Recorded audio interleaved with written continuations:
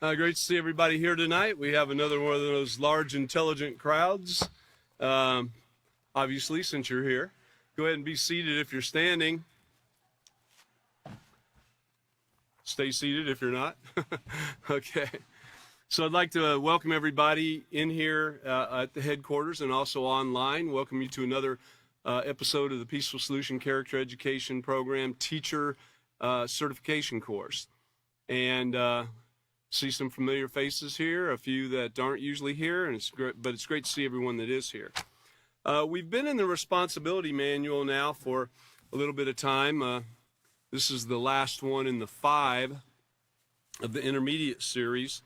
And so this is fitting that it's the last one that we're talking about responsibility, because to have responsibility, what do you have to have? You have to have self-control, right?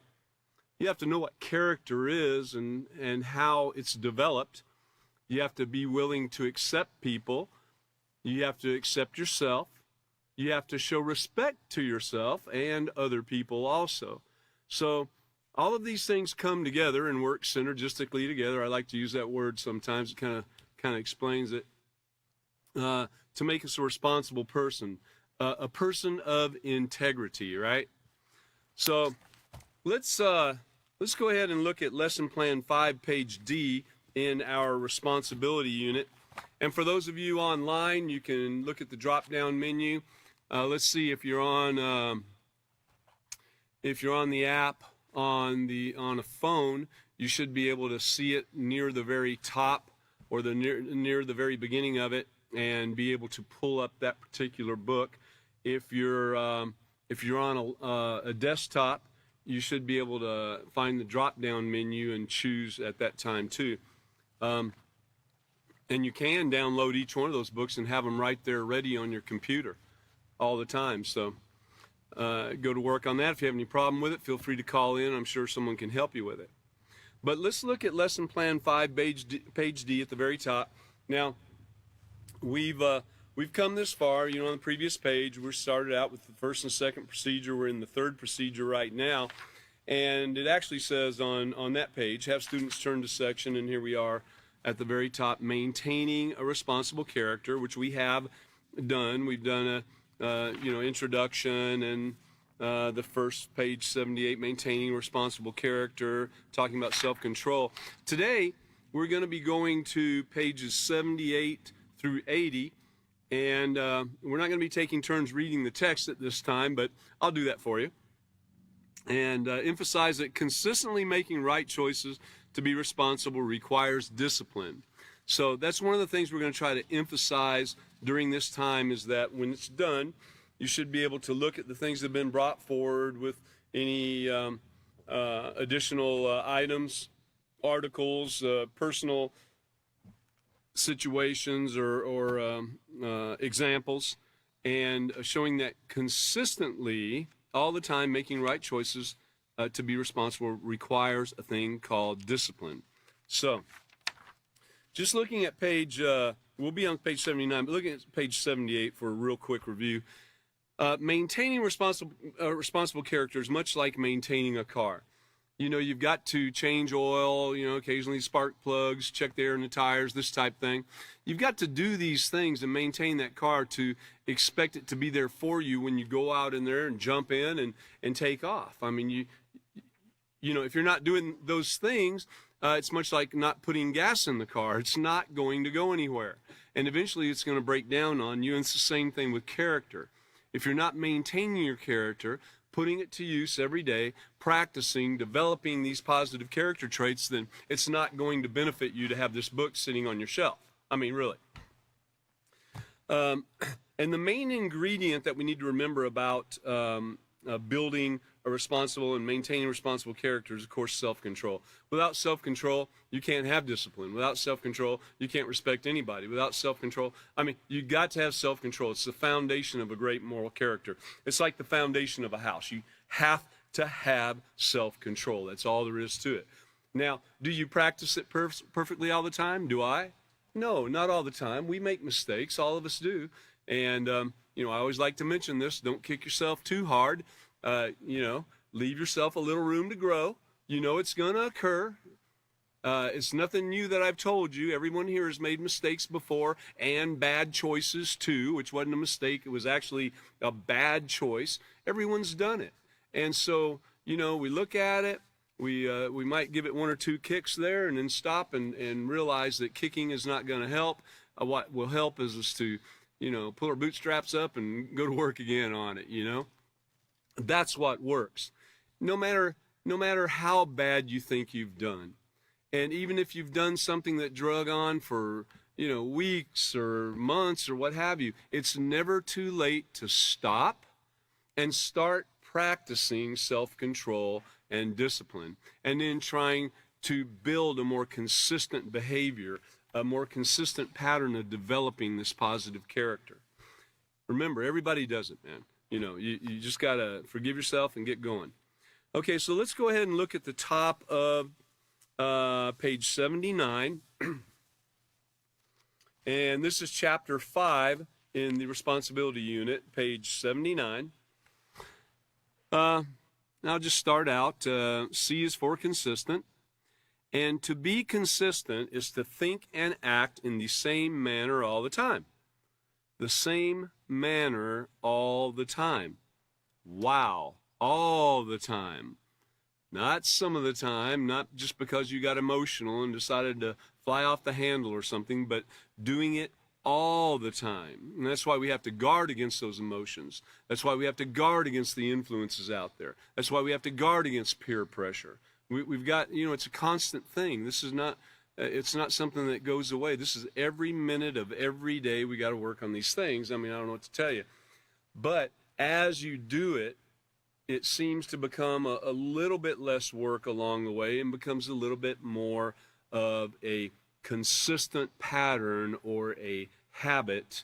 You know, you just do it, you know. Occasionally something's going to pop up and get you. You go back and start doing it again, you know, okay? Don't give up.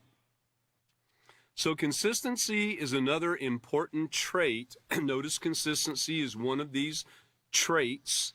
It's not something you can overlook. It's an important trait in maintaining a responsible character.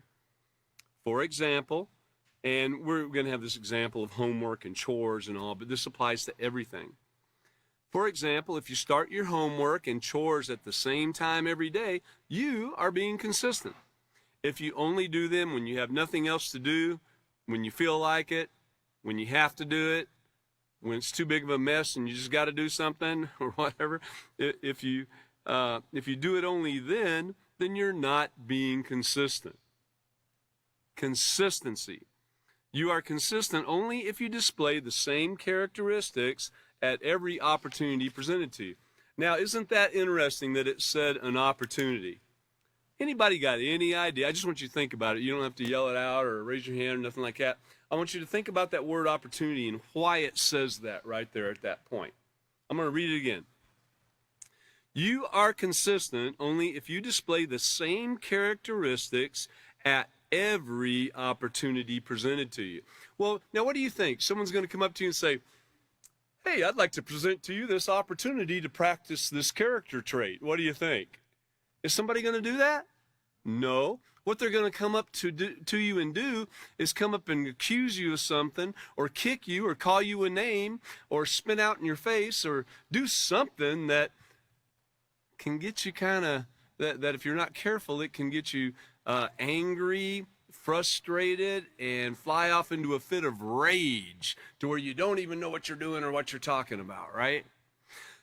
And so that's why this is called an opportunity.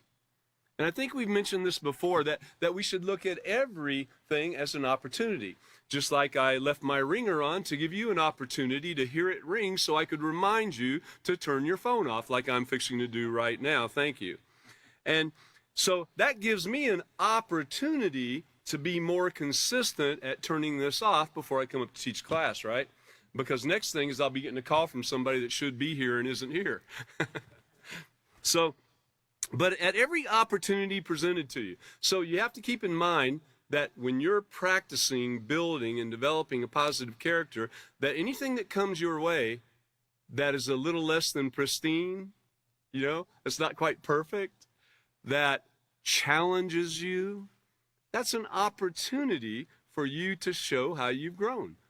Not necessarily to others, but yes, that works too, but you're showing yourself too. You're seeing for yourself how you've grown and if you need to make any corrections. And believe me, others will see that in you too. And then they'll be spreading that word. Say, hey man, did you see Joe over here? Did you, man, I mean, I saw a guy going off on him the other day and he just remained so calm and quiet and everything. And pretty soon the guy got tired of yelling at him and went off, you know, just took off. And Joe wasn't bothered by it a bit. Then they'll start talking great about you. They'll start, that word will start spreading. There will be positive gossip about you taking place instead of negative stuff, you know. Because if you don't look at it as an opportunity and you just let it slide by you and you give in to that peer pressure and the influences, negative influences and everything, and you go off, that opportunity just got blown. It's okay though, because what are you going to do? You're going to give one or two kicks, and you're going to get back on track and give yourself some room to grow and get on with it, right? Okay, you set your mind in advance to do better the next time, and you will get another opportunity. I guarantee you that. I guarantee you, like some people would say. Well, how important is it to be consistent? Well, consider what it would be like if your parents or like your boss or somebody, what if your parents only fed you once in a while? You know, and you were hungry and there wasn't any food in the fridge and all that stuff, and they hadn't been and gotten any food, and they said, well, you just have to wait till tomorrow sometime, and you're like dying from hunger, right, or thirst or something. What if they only did that once in a while, and you really didn't know where you were going to get your next meal? And that has probably occurred to some people in this very room. So think about it a minute. Sadly, there are children who face this reality and live every day not knowing if or when they will be cared for. Now, what if you were the boss of a company and your employees either came to work late or not at all? How would your company function? Would you keep those employees or hire new ones? So many things in life depend upon consistent actions and interactions. When your behavior is both positive and consistent, you are building responsible character. Consistency is a strange thing. It not only applies to character, it applies to, you can learn consistency through a lot of things. If you are pedaling a bike and you're on a nice flat ground and you want to get from point A to B, you're going to have to be pretty consistent in pedaling that pedal, right? It's got to keep going around or you're not going to keep moving. If you pedal for a little while and pull over and say, hey, I think I'm going to sit here and chew a piece of gum for a minute and get a drink of water and all, and then 5 minutes down the road, you pull over again and you're like, oh man, those trees sure look nice. And I think I'll pull over here and go to the bathroom. I think I'm going to pull over here and get a snack. See some cupcakes in there I'd like. And then you could come across a lot of things and never get from point A to point B and turn it into turn a 1 hour trip into a 5 hour trip or something, And, I speak from experience because I've done that before in a car. I've turned a 6 hour trip into about a 15 hour trip just by doing some of those similar things just like that without practicing consistency. And it wasn't great for me when I got back to where I was going either, when I finally got to point B. I'm sure many of us have been through the same thing, but so consistency also works in mechanical things. Mechanical. Have you ever heard someone say, well, he sure does act kind of mechanical? Or, it's called mechanical because it does the same thing over and over and over and over again many times until it breaks or something, What about a fan turning around, blowing, you got a consistent flow of air coming at you because that fan consistently turns. It's mechanical. Or the engine in your car constantly turning over at tremendous speeds that you couldn't even imagine. For most people that don't know how a car engine works, it's just unbelievable that they can even run, not to mention that they run for hundreds of thousands of miles, turning over thousands of revolutions per minute every minute that it runs. It's just unbelievable to me. But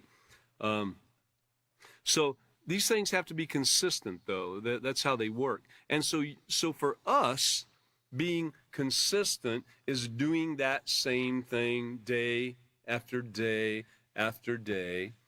Not to say that we don't have emotions and we don't have personality and so forth and so on. That's not what I'm talking about. I'm talking about being consistent in our ability to develop positive character and practice those traits. You know, any of us can go to work at a factory and be consistent in, you know, putting widget A in on top of widget B and putting bolt 3 in top of widget B and widget A and doing it over and over and over and over again, except it'd probably have to be a lot faster or you'd get fired. So you have to be consistent in those things too. And so a lot of times that's where we learn a little bit of consistency, is when we do have a real job and where people expect you to do things over and over again to get paid.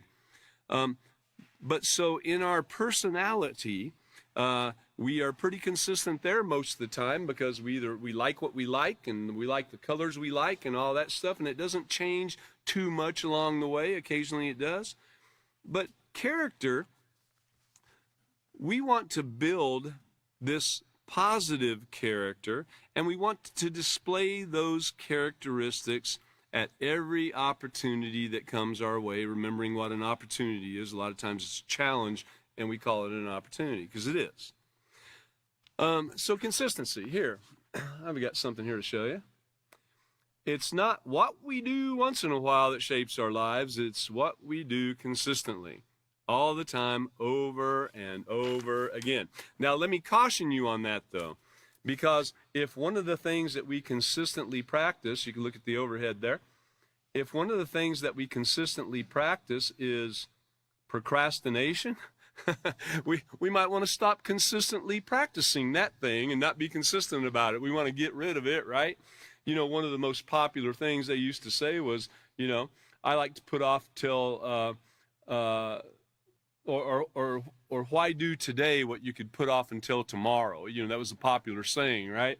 And that's kind of what that says right there. You're pointing it out to someone that, hey, you said tomorrow yesterday. That means today, buddy. And now you're telling me tomorrow again?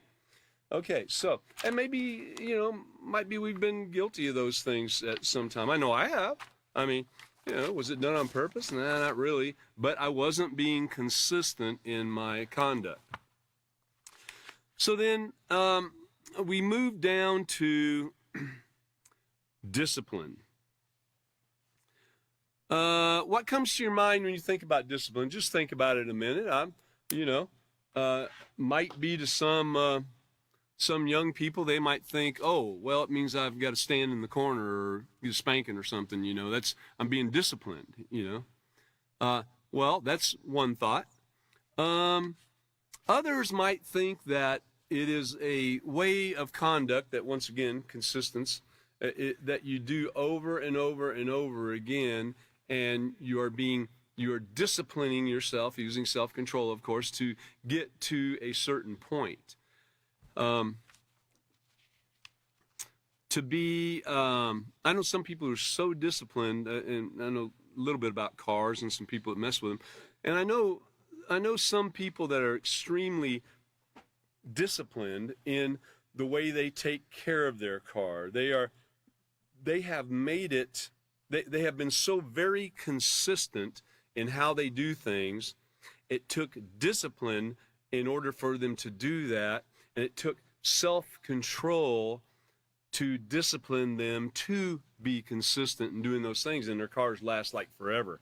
I mean, they wouldn't even think about letting it go over 3,500 miles without an oil change, while other people might think it's okay to go 15 or 20,000 miles without an oil change, you know, and not even think about it. Well, you know, I heard someone talking about an oil change. Maybe I'll go get one now. I had one a couple years ago. I guess I'll go get another one. You know, that's not being very disciplined in maintaining your car nor your character.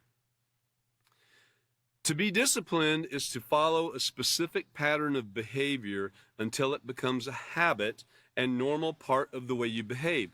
So when we're talking about disciplining a child, for instance, whatever it is we're doing, and some people have different ideas about how you should discipline a child.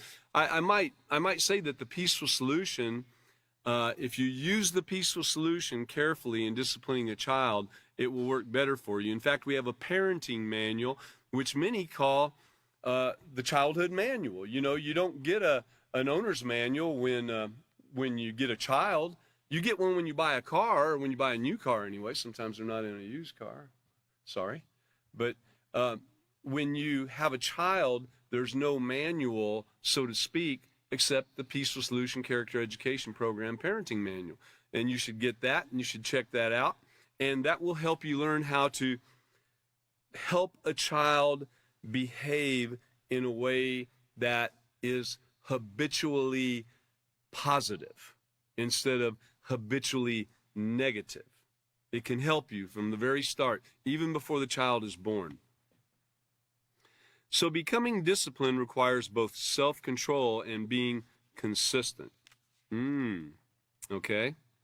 Self-control. There's that self-control thing again.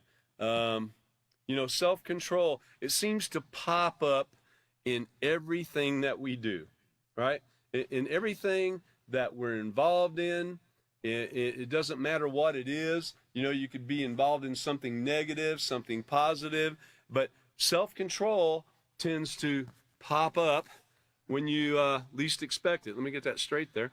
And self-control, the easy way to think about it is to stop, think, consider those options before you start taking action, and then proceed with the right choice. Y'all have seen this before, right? So notice how it popped up there. So self-control, being consistent. In what ways are you already disciplined? Well, think about it a minute. Go ahead. What ways would you call yourself disciplined already? What thing is it that you do over and over again? You do it habitually. It's something that you might be pleased with yourself in doing. Something that might need to be tweaked a little bit here and there, but in what ways are you already disciplined? Do you for example, do you automatically say please and thank you? Or are you working on it? But do you automatically say please and thank you? You know, I know some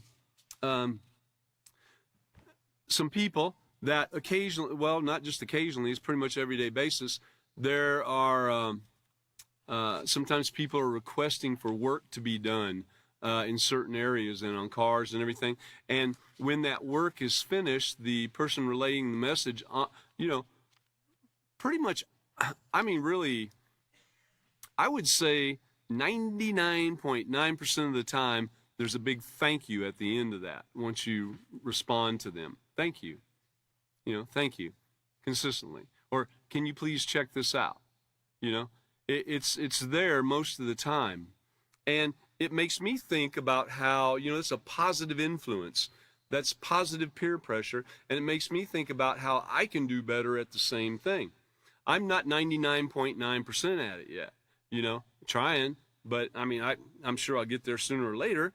But, for example, do you automatically say please and thank you and ask permission before touching the belongings of others?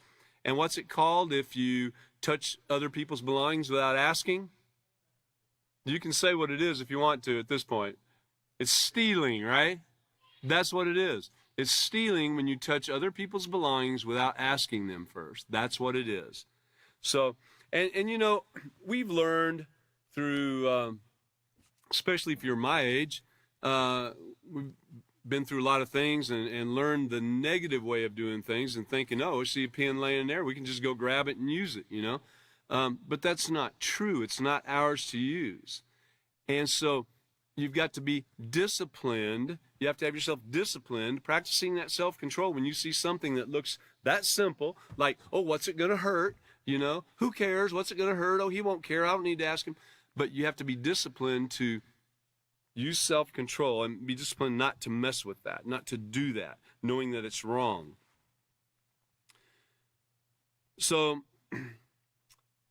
if you're always saying thank you and please and asking permission first, this is positive behavior that through consistent practice over and over and over and over again, has become the normal way in which you interact with others. And you'll probably still get an opportunity from time to time where you might be tested a little bit on that, where something comes your way. But sooner or later, if you're doing it and doing it really consistently, I'll tell you what, you're gonna make it through that one to where nobody could. They could bring that opportunity to you, but you'll pass it with flying colors every time. So in addition to disciplining yourself to be courteous, you notice it says courteous right there. Nothing wrong with being courteous with people. There are many other things you can do to become disciplined. For instance, going to bed at a certain time every night and waking up at a specific time every morning requires discipline. Yes, it does, and self-control. Scheduling a study time and studying every day at that time also takes discipline. And that's a huge one. There's so many things that can get in your way of studying. You know, it doesn't take much, especially with these things. I mean, they're there. You can always go find something on there that can pull your attention away from studying.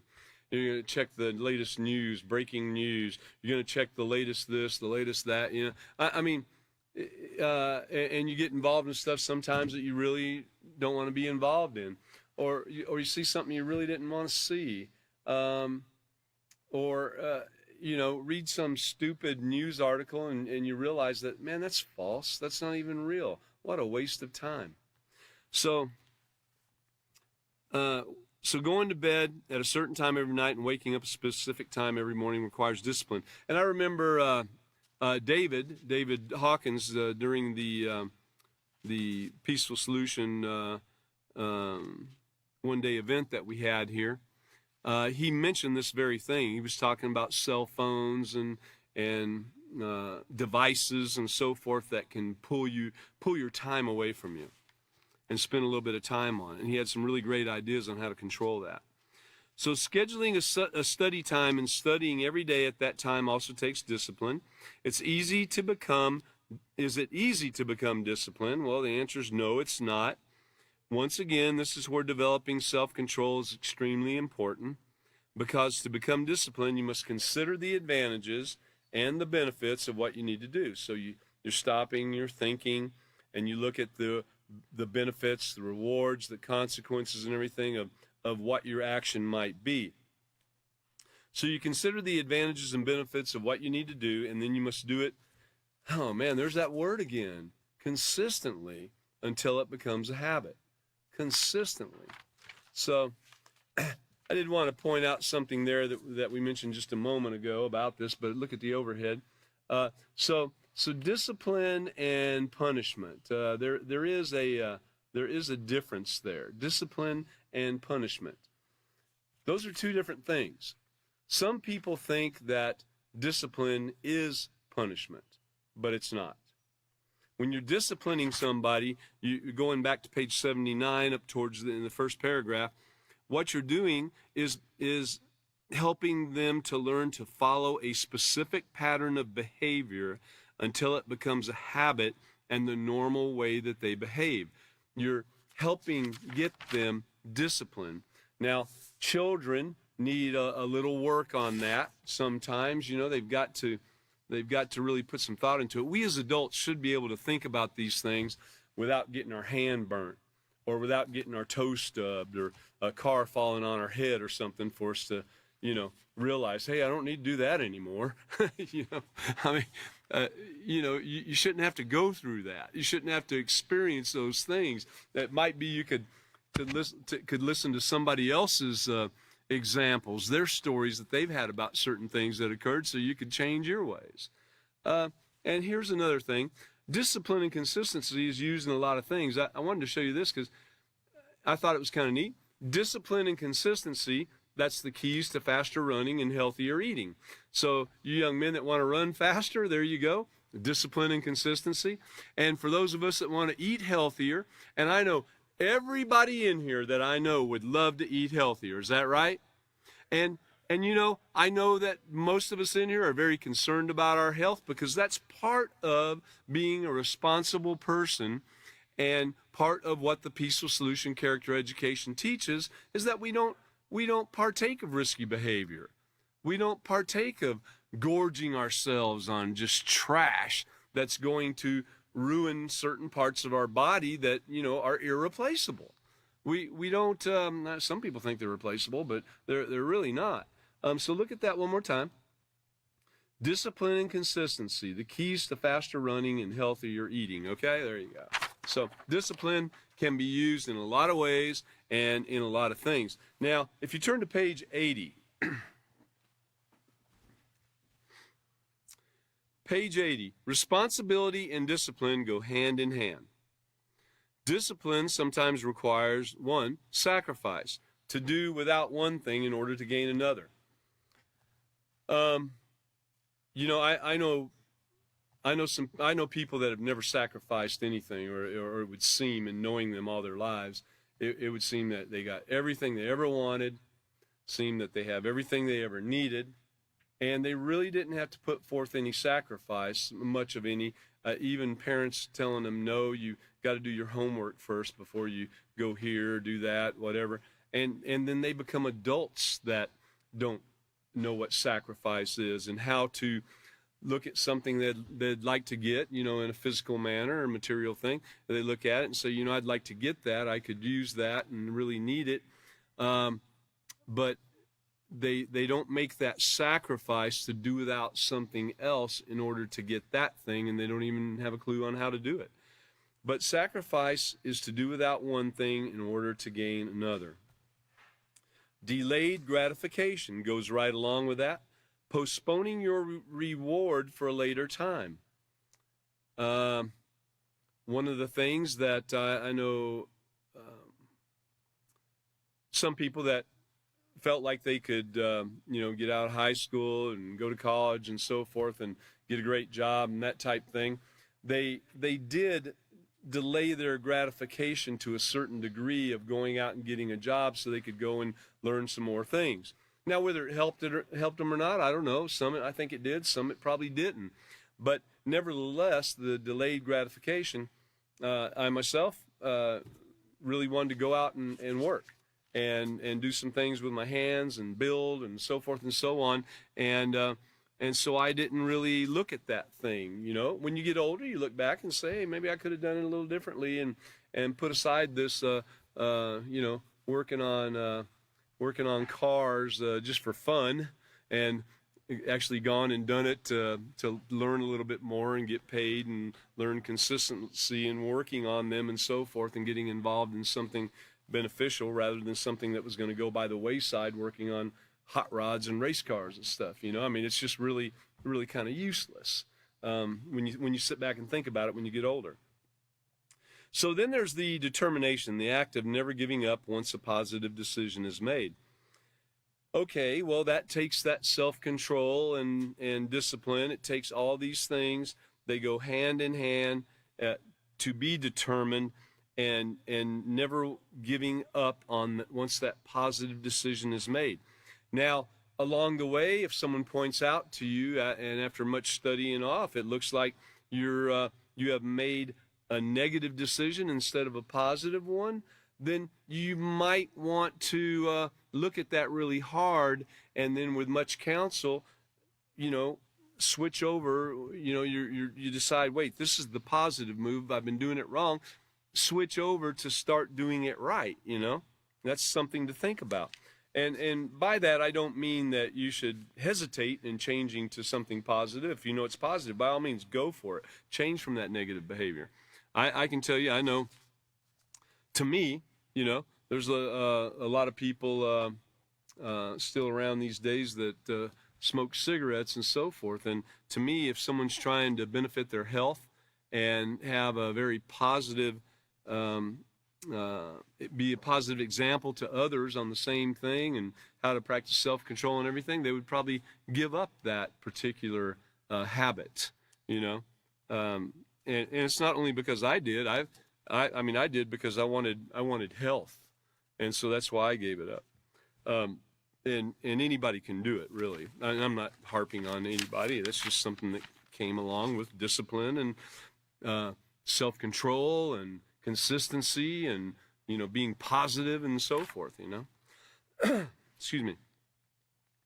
Let's, well, wait a minute. Let me, before we go to the next little section there, and before we go back to the lesson plan, I want to share something else. It's kind of getting to another realm of positivity and practicing consistency and being disciplined in something and practicing self-control. There's many different things we get involved in, and I remember, in fact, recently I heard several speeches about controlling our tongue. I've watched videos on it. And it seems to be one of the hardest things to do. I mean, really. And if we all think about it for a minute, I think we could probably agree with that it is very hard to control our tongues when we're letting our anger get a little tweaked, controlling our tongues is one of the hardest things to do. We might be able to control not picking up a gun and shooting somebody or slapping them in the face or something. In fact, if they're bigger than us, we find it much easier to practice that self-control. But when it comes to our tongue, there seems to be no shortage of people letting it fly. So I want to share this with you on how you can consistently use self-control and be a disciplined person by controlling that tongue, and some of the things that can take place if you don't. So one of the things that requires discipline, disciplining that tongue, is when dealing with people's reputations. And it's funny how if you're dealing with someone else's reputation, guess what? The big camera is on you. The movie camera is on you because it's your reputation at stake too. I'm going to read this to you. It's called, here, I'll just put it up there for you to see. It's called, you can't really read it. Let's go to that part right there. Maybe I can zoom in just a little bit. Let's try it. Hey, there we go, right there. Okay, Reputation Busters. I don't know if you can read that or not, but I'll leave it up there because I got it right here. So, an aspect of building your positive reputation, this is in a section in the respect unit, in fact, page 167, but you got to be careful not to tear down someone else's. And you need to remember it's you too. People's reputations can easily be destroyed when others falsely accuse or spread rumors about them. Taking part in these reputation busters will not only destroy someone else's reputation or possibly cause someone who's trying to change and become frustrated, cause them to give up, but eventually it will damage your reputation as well. You see, people seldom realize that while they are spreading rumors about others, they are revealing some of their own negative character traits, okay? Let's go ahead and look at the bottom there too, the bottom section. Okay, so down towards the bottom, and it gives an example of, seeing someone in a police car, and you think, oh man, dude's been arrested, and you go start telling everybody about it and everything, and all it was he was getting a ride from his uncle, the cop, that, and the uncle was allowed to use the police car, and so he was giving the boy a ride, and that's all it was, and yet everyone thinks he's been arrested and everything. Going to come up to him, oh man, you're in trouble now. Your mom found out you'd been arrested. So we got to keep that in mind. And at the bottom there it says, when reporting information, you must be careful to report exactly what you see or hear and not your interpretation of what you see or hear. Now, that's an important thing. One of the things that we try to do working on cars is to get, when people bring a car in for repair, we try to get from them exactly what the car is doing, the noise it's making, etc., how it's acting. We don't really want to know what they think it is. We don't want to hear when they bring it in that, I got a front pinion, it's messed up, and I think my struts are bad, or something like that. We just want to know what it's doing, and then we can make a determination and not get our minds all, off on another track and everything. And then we can talk about it, and then at that time a person can share their thoughts on the matter too, and all the YouTube videos they watch that explain what it is and so forth, and then we can sit there and make a little sense of it all, and so getting the facts, reporting exactly what we see in here and not our interpretation of it, also goes with when someone says something to you. If someone says something to you about a matter, and they're not, and then you go and start, spreading it and everything, even if they told you, oh yeah, you can tell so and so, whatever, and then you go and change it. Which have y'all done that thing where, someone starts out, you got about 10 people in a circle, and someone starts out and whispers, something to somebody, and it's only a short sentence, and then the next person's supposed to whisper that exact thing to the next one, and the next one, and next one, and next one. And before it even gets all the way around, it is totally something different. And when it comes all the way back around, man, you could have gone from saying, everyone's going to meet 3 days from now to where it's everyone's going to meet 4 days from now to see when they're going to meet 20 days after that. It can turn into something so different than that, think about it. So guarding the tongue is a huge thing. And on page 168 of that same respect unit, I'm going to put it up there at the top. Excuse me. All right, so remembering discipline and consistency. If you consistently control your tongue, you're like perfect. Really. If you can use discipline and control that tongue all the time, you are like perfect. So don't get upset with yourself too much if you're not doing a great job of it, or if you are doing a pretty great job of it and you're just not quite there. You're going to have the opportunity plenty of times, believe me, to have that come up again to where you can check yourself, okay? You'll get many opportunities. And the tongue is probably the hardest thing to control. It might be the last thing in the Peaceful Solution Character Education program. That controlling the tongue might be one of the last things that we're really able to control. We got self-control and this and that, and we're disciplined, man. We're going along doing great. But that tongue's still wagging a little bit, So we'll have that opportunity. But anyway, the time on the overhead, the time that is used to destroy someone's reputation could be much better spent developing your own. A rumor is someone's opinion that is accepted and passed it on to others as a fact. And one dangerous aspect about rumors is that the more they're spread, the worse they become. By the time the rumor has run its course, it's many times worse than when it first started. If someone tries to tell you a rumor about someone or something, politely but firmly, this is one of those opportunities, one right here, okay? When that occurs, it's an opportunity. Politely but firmly refuse to listen. Politely, you don't have to jump in their face and everything. You don't have to try to, you can point it out that you don't want to listen to that. But, if you start trying to preach to them on the matter, they're probably not going to listen anyway, and you might just anger them or something, or of course, you can't make them get angry, but they can not control themselves, which they're not doing anyway, and get all angry about it.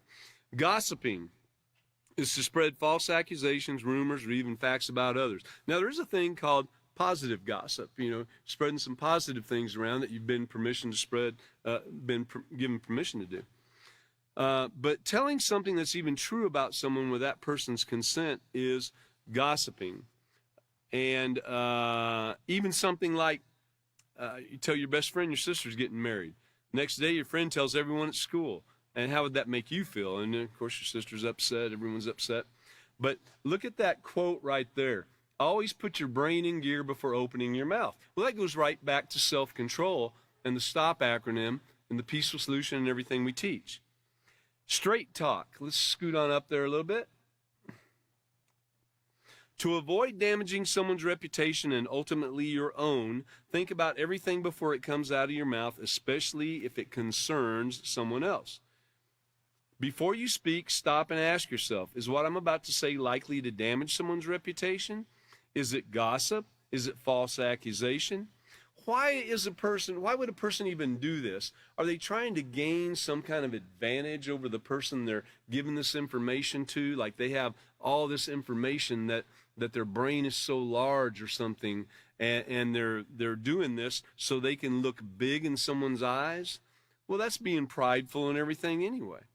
But if you can answer yes to any of these questions, then what you have to say is not worth repeating or mentioning. Find something else to talk about that could help build that person instead. By supporting and encouraging others to improve their character and their reputation, you will improve yours as well. I thought that was pretty interesting because that thing right there is extremely hard. Find something else to talk about that could help build that person's reputation. Oh my. Boy, that is a hard one. If you got something against somebody, or you got some juicy little tidbit of information, true or false, and you got someone's willing ear to listen to it, man, and you think you can get some advantage if you tell them that, I'm going to tell you, right there's where you need to stop and then try to shift gears. You got that opportunity to do it. You can shift gears, and you can build that person's reputation. That would be one of the hardest things you do, man. Starting to tell something about somebody and then stop right in the middle of it and say, you know, I was just thinking, man, that guy, I have seen him come a long ways. I remember he used to get angry at the drop of a hat, and now you can't make him mad. And then the person you told that to goes off, and they'll go and gossip about that too, you know, but that's positive stuff, you know. And even if you might not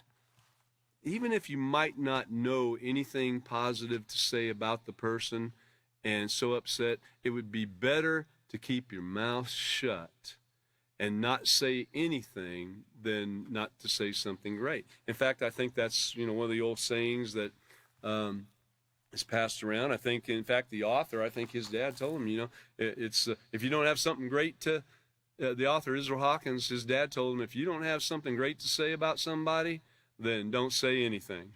That's the bottom line. Man, that's a hard one to do. I know. It's hard. Hey, man, it's hard for everybody, believe me. You know, that's a tough one. If we can control that tongue, man, we're really doing something great. Okay, well, let's move on. And I just wanted to talk about that for a minute because it has everything to do with discipline and everything to do with being consistent in our conduct and in building us up. If we're tearing someone else down, how can we possibly even build ourselves up? We can't. When you're tearing someone else down, you're tearing yourself down. And don't think that people don't know. Don't think that people don't know that what you're saying about other people and that you have the reputation of being that person that says things like that, because you already do. You have that negative reputation. Now you got to start building it back up by saying positive things. And you can start today. All right. So back to lesson plan 5, page D. So as a teacher of the Peaceful Solution, one of the things that you can do when a section is saying, just like at the end of procedure number 3, it says, emphasize that consistently making right choices to be responsible requires discipline. Well, you know, I could yell at you guys and say, you need to consistently make right choices and be responsible, you know, to get disciplined. Well, I emphasized it, didn't I? But that's not what it means. Don't just emphasize it with your words. You emphasize it with history, with examples, with your own actions. That's how you emphasize it. And as a teacher of the Peaceful Solution, that's what you do. Are you going to get it right each and every time? No, we already talked about that, man. So don't kick yourself too hard. Get back up. Be determined to do it right and get on it. All right. Procedure number 4. Choose a student to read the scenario love is. Okay, I chose myself, so I'll read that in just a minute. Found on page 81. And then have students answer the questions. Well, we'll, work with you on it. And then discuss the answers as a class. The exercise, think about it on page 82. We're probably not going to get that far, so let's go back and look at page 81. Let's turn on over there. It's called Love Is. Now I'm going to tell you a little story. I know somebody very closely that had a child, And that child had what was called some of you might know what it is, some of you might not, it's called a cleft palate. And the cleft palate means there was nothing up on the roof of their mouth. It just went up into the sinuses and everything, right? It was just open. And then not only did they have that, they had what was called a bilateral cleft lip, which means not only did they have it on one side, they had it right there, all the way. And so when people would see this child, they would turn their head because they weren't used to seeing that. It wasn't normal, right? But the parents of this child had to be so disciplined in learning how to care for this child. I know that the mother ended up making, you couldn't buy it in a store or anything from what I understand. So she made this little vest for a little bitty baby with little tongue depressors in the sleeve so he could not bend his elbow up and touch his mouth, Now, that baby would cry, and the parents had to be disciplined enough to not let him, So that was in preparing him for the surgery that was coming his way, where they, straightened up the lip and everything, and they did a really great job. I guess there's the things they can do, and maybe it's even progressed even more nowadays, but they actually closed in the top of his mouth and the lip and everything and made it look like unbelievably, almost just completely normal. But the child had to, for a couple months, had to be trained and had to keep those tongue depressors in there so they could not reach the mouth and stitches and all that stuff, right? So it was a very kind of tragic thing in that, he couldn't move his arms, even no matter how bad he wanted to. Or what about the child that has adults, we can kind of control ourselves with some of these things, but children, they don't understand why their arm is in a cast like this where they can't move it and everything, and it becomes stiff and aching and all that, and there's nothing they could do about it except cry. And you as an adult, you can't just go over there and cut the thing off and say, hey, you know what? I can't watch this stuff. That requires discipline, you as a parent doing that. And this story that we're sharing right here, Love Is, that's what this is talking about. So briefly, we're going to go through this. We're running out of time, but a young couple had a child with a crippling disease, page 81. Their doctor told them that they would have to put braces on the child's legs every night in order for his legs to grow normally. Now, might be someone here has been through that very situation. It used to be quite normal. When I was young, when I was a child, I used to see people with braces on their legs all the time. Their son was only 3 years old at the time, and the braces were large and heavy. In order for the braces to be effective,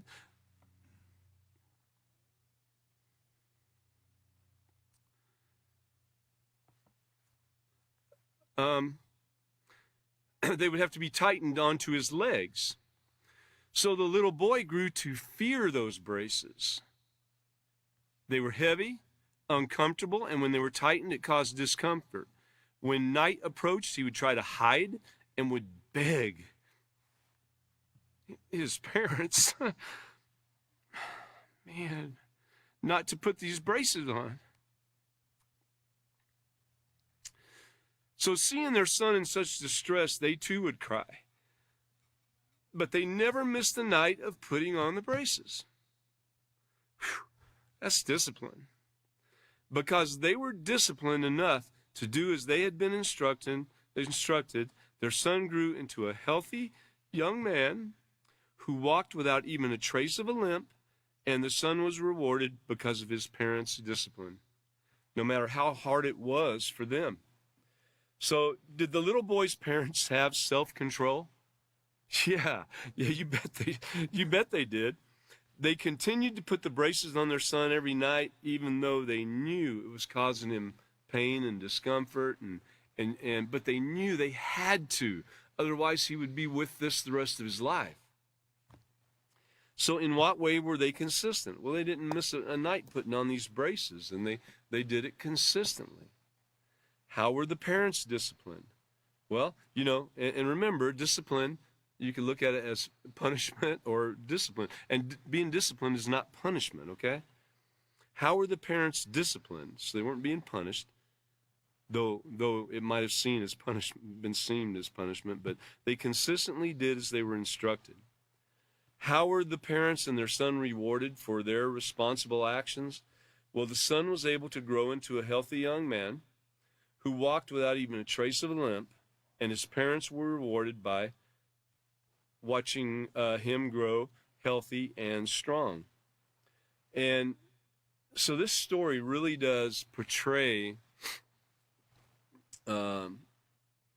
something about being disciplined, and possibly in something that none of us have had to experience quite in this manner, but yet it's something that any of us have children, have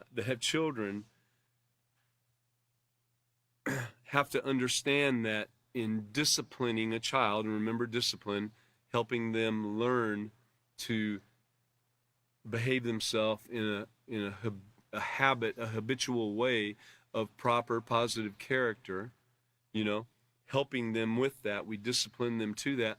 Sometimes we have to tell them no. Man, that can be hard for some people. It really is kind of hard at first for all parents. You're looking at a little baby, and all that, and they start growing, and they got this personality. Anybody ever been there? You ever seen that? And they got the personality and everything, and they're just so wonderful. And then when they get a little bit older and you have to start telling them no, well, at first it's not so bad because you're telling them, no, don't touch that. Don't stick that fork in that light socket. Nope, get away from there. Stuff like that. But when they start really knowing what they're doing and everything, and they want to know, Mommy, Daddy, why? Why can't I get that? And you have to tell them no, and you have to be disciplined enough to do that so they can be disciplined, so they can grow into a disciplined child, right? Into an adult. So it's tough to do sometimes, but something like this right here, that example in the picture, is really, really tough to do. So remember, being a disciplined person might not always be easy, but maintaining a responsible character is worth the sacrifices. Remember the opposite page where it talks about discipline sometimes requires sacrifice, to do without one thing in order to gain another. So maintaining responsible character is worth the sacrifices that you make. And so if you think about it, on the next page, page 82, well, we did get to page 82, barely here. Back on, let's go to procedure number 4, back on lesson plan 5, page D. It says the exercise, think about it, on page 82 can be assigned for homework, if you like. So there you go, there's some homework. Emphasize that it's important to develop discipline in order to build a responsible character. So the next teacher, I believe, is going to be Catan, and it'll be on Sunday at, 4/7. Sunday, 4/7 at 5:30 p.m. And we'll be starting on, he might even ask about this, page 82, think about it, but it's something for you to read and fill out yourself, and easy to do. List a few areas you can be more disciplined in. What changes do you want to make, and how can being more disciplined make you more responsible? So just answer those questions in your book, and Catan will be here on Sunday to continue on, and he'll start out in procedure number 5 and life on the flip side on page 83. I'm really thankful that all of you had an opportunity to be here tonight, and I'm thankful that I've had the opportunity to be the teacher this evening, and I really have enjoyed it. I look forward to these times, and I'm glad for all of you, how wonderful it is that you were all able to be here.